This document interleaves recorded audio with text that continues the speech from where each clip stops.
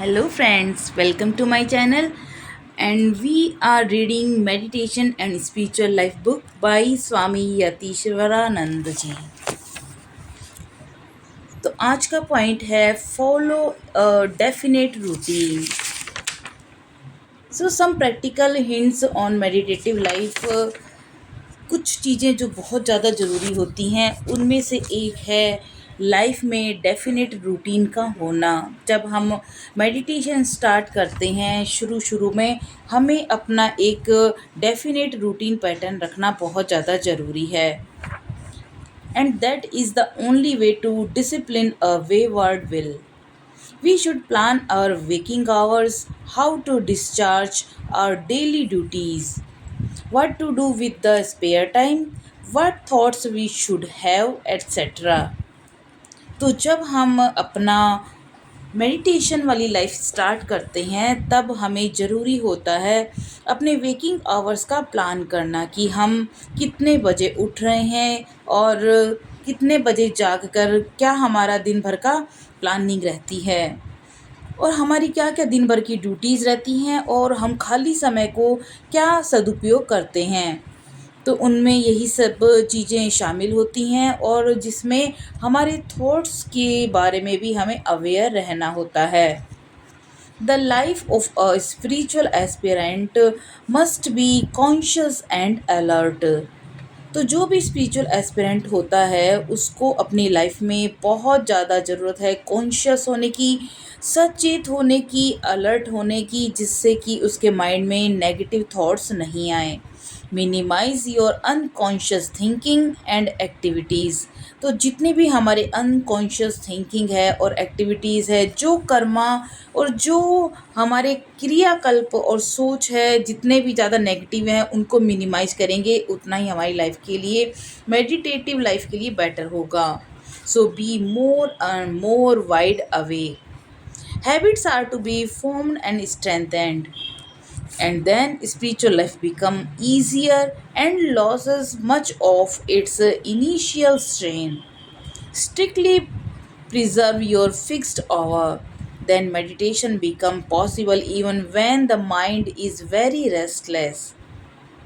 There should be perfect regularity in the hours of your spiritual practice, because only thus does the mind grow accustomed to it, and under all circumstances a certain minimum is to be kept up regarding one's daily japa and meditation.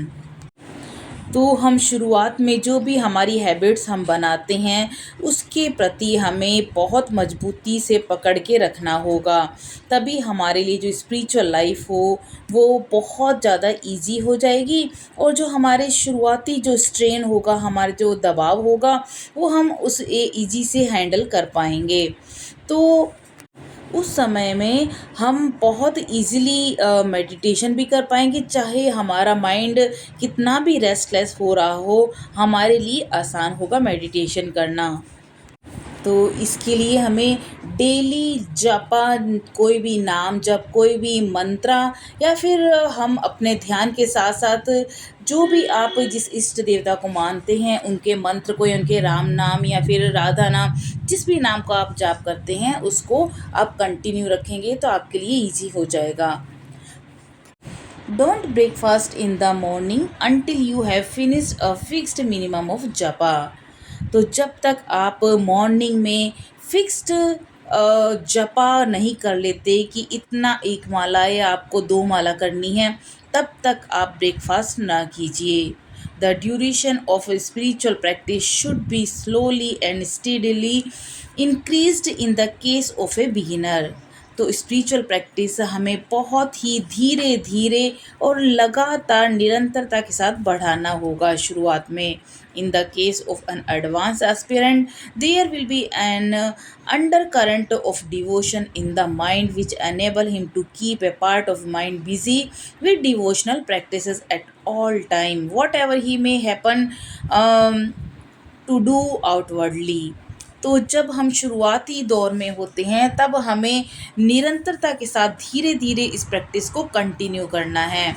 लेकिन जिससे जैसे एक advance हो जाते हैं हम, कोई भी जो जो ध्यानी है, जब वह लगातार कर रहा होता है तो वो एडवांस एस्पिरेंट हो जाता है, और तब वह एक डिवोशन के साथ उसके माइंड में रहता है कि ये जो इस समय मुझे ये ध्यान करना है, ये जपा करना है, तो ये जो हर समय चाहे उसको बाहर कितने भी काम चल रहे हों, वो उसके प्रैक्टिस का एक हिस्सा बन जाते हैं। So before that state is reached, the greatest regularity concerning the hours and method of spiritual exercises is to be observed by all aspirants most scrupulously. जब तक हम एडवांस स्टेट में नहीं पहुंच जाते, तब तक हमें ग्रेटेस्ट रेगुलरिटी रखना बहुत ज़्यादा ज़रूरी है। We are not yet sensitive enough. We do not yet clearly recognize our own motives. Sometimes we allow our mind to find nice plausible explanations for our actions and thoughts and to deceive us. Tell your mind, let me see. If you break down, if it complains against the great strength of spiritual practices, if we try to lead the higher life, we should not mind even if we die in the attempt. And the mind will go on revolting and complaining for a long time.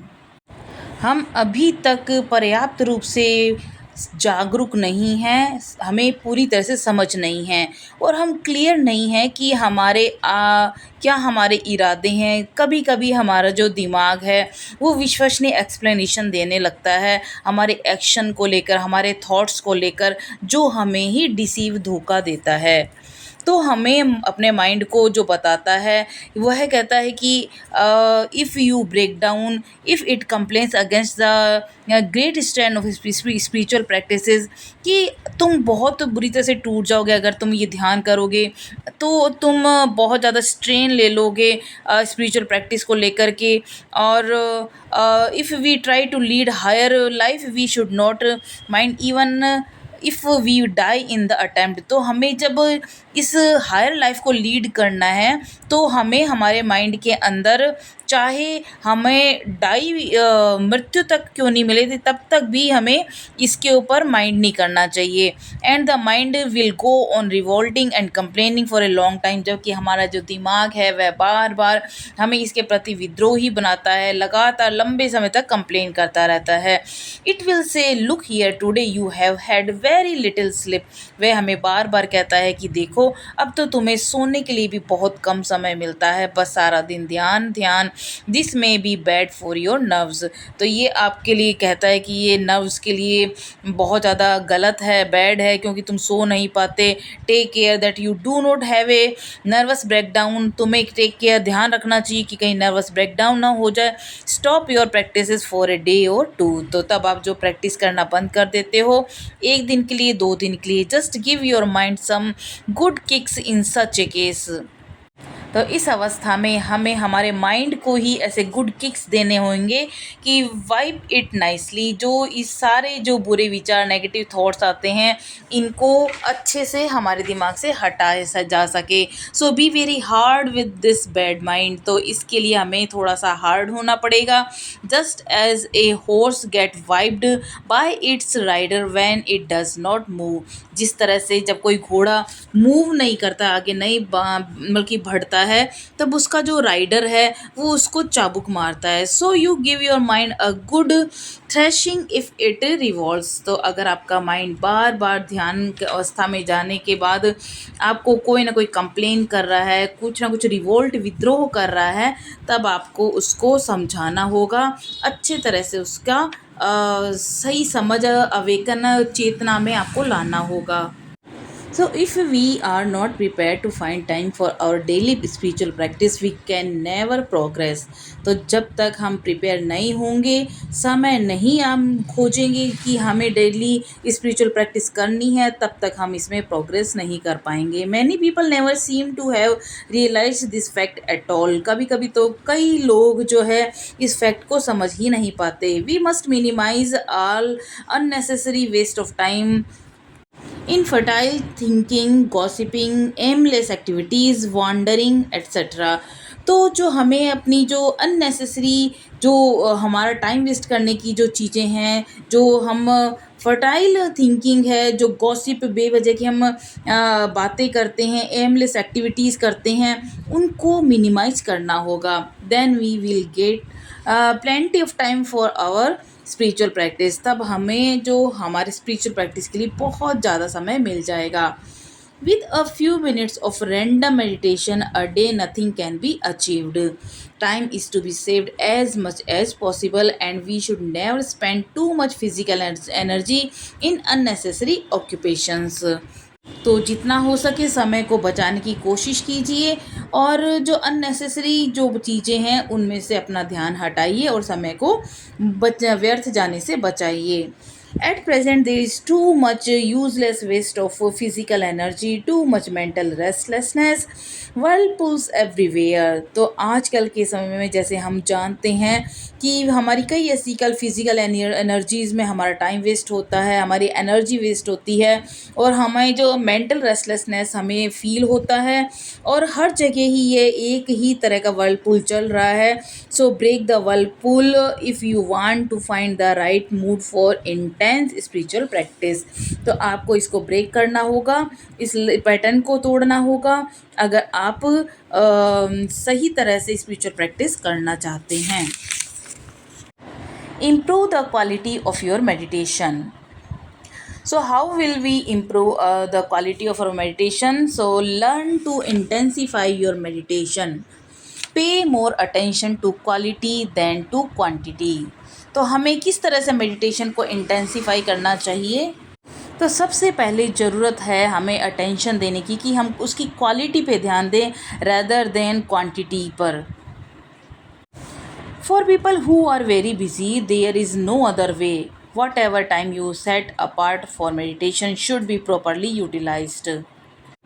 Increase your power of concentration. In the same way, you must increase the quality of your studies. When you read a book, do it with concentration and a definite purpose. ये हमारे concentration power को बढ़ाने के लिए बहुत ज़्यादा ज़रूरी है कि हम मेडिटेशन करें और प्रॉपरली करें, और जिससे कि जो क्वालिटी ऑफ जो स्टडी है, जो हम जिस भी बुक को पढ़ रहे हैं, पूरी ध्यानावस्था, पूरे एक एकाग्रता के साथ हम उसको पढ़ सकें। Absent-mindedness during meditation is not only a sheer waste of time, it is a sure sign of lack of spiritual fervor.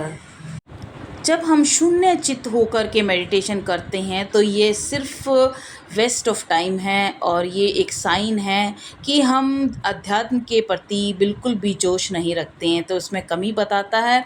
Many people in the name of meditation go on thinking about worldly things.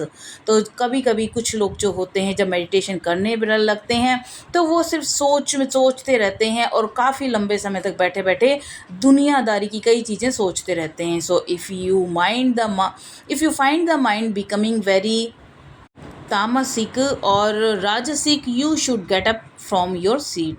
तो अगर आपको अपना जो mind है बहुत ज़्यादा तामसिक या डल लग रहा है, या फिर राजसिक मीन्स रेस्टलेस लग रहा है, तो तुरंत आप अपनी सीट से खड़े हो जाइए। Read some elevating passage and when the proper spiritual mood returns sit down again. तो तब आपको कुछ अच्छी बुक ऐसी पढ़नी चाहिए, और जब आपको लगे कि आपका मूड सही है स्पिरिचुअल होने के लिए, और तब आप वापस अपने उस स्थान पर जाकर बैठ जाइए। Sleep and meditation should never B combined. तो यहाँ पर कह रहे हैं कि नींद और ध्यान अवस्था दोनों कभी भी कंबाइन नहीं करना चाहिए। At the time of meditation the mind should never be allowed to enter a drowsy state. तो जब हम मेडिटेशन के समय हमारा जो दिमाग है वो कभी भी एक ड्रॉजी स्टेट में एंटर नहीं होना चाहिए। For many people meditation seems to be an invitation to sleep. तो कुछ लोगों के लिए, बहुत से लोग जो होते हैं वो मेडिटेशन के समय सोचते हैं ये नींद को इन्विटेशन करने का ये सही चीज़ है। So this later on becomes a bad habit, और बाद में ये उनके लिए एक बहुत ही बैड हैबिट बन जाती है। And now next topic is auspicious day. In order to repeat the name of God or meditate on Him, you don't have to consult the calendar. तो अगर आप मेडिटेशन कर रहे हैं या फिर भगवान का नाम जाप कर रहे हैं, तो उसके लिए आपको किसी खास दिन को या फिर कैलेंडर को कंसल्ट करने की ज़रूरत नहीं है। Every day is an auspicious day to think about God. तो हर दिन ही बहुत शुभ दिन है अगर आप भगवान का नाम सोच रहे हैं या जाप करने का सोच रहे हैं। Every day takes us nearer to death, क्योंकि हर दिन हमें ले जा रहा है और पास हमारे मृत्यु की तरफ। So one day not spend in thinking of the Lord is one day wasted. तो अगर हम एक दिन भी भगवान के बारे में, हमारे परम पिता परमात्मा के बारे में नहीं सोच रहे, तो इट मीन्स हमने अपना एक दिन व्यर्थ गवा दिया। So, according to Hindu tradition, a few days after a birth or a death in the family are considered to be inauspicious for religious observance. जैसा कि हम सभी जानते हैं कि हिंदू ट्रेडिशन में जब भी कोई जन्म होता है या फिर कोई डेथ होती है, उसके कुछ दिनों बाद फैमिली में कुछ इनऑस्पिशियस यानी अशुभ दिन मान करके हम रिलीजियस धार्मिक कोई पर्व नहीं करते हैं। But that applies only to external rituals. तो ये सिर्फ एक्सटर्नल रिचुअल्स के लिए होता है, not to japa and meditation. ये जपा और मेडिटेशन के लिए नहीं होता। तो आपके लिए जपा और मेडिटेशन करने के लिए हर दिन ही शुभ दिन है। Spiritual practice should be continued on all days and under all circumstances. तो स्पिरिचुअल प्रैक्टिसेस आप कंटिन्यू कर सकते हैं हर परिस्थिति में, हर दिन में। सो आज के लिए इतना ही। कल हम जानेंगे what is the right time for meditation. तब तक के लिए नमस्कार।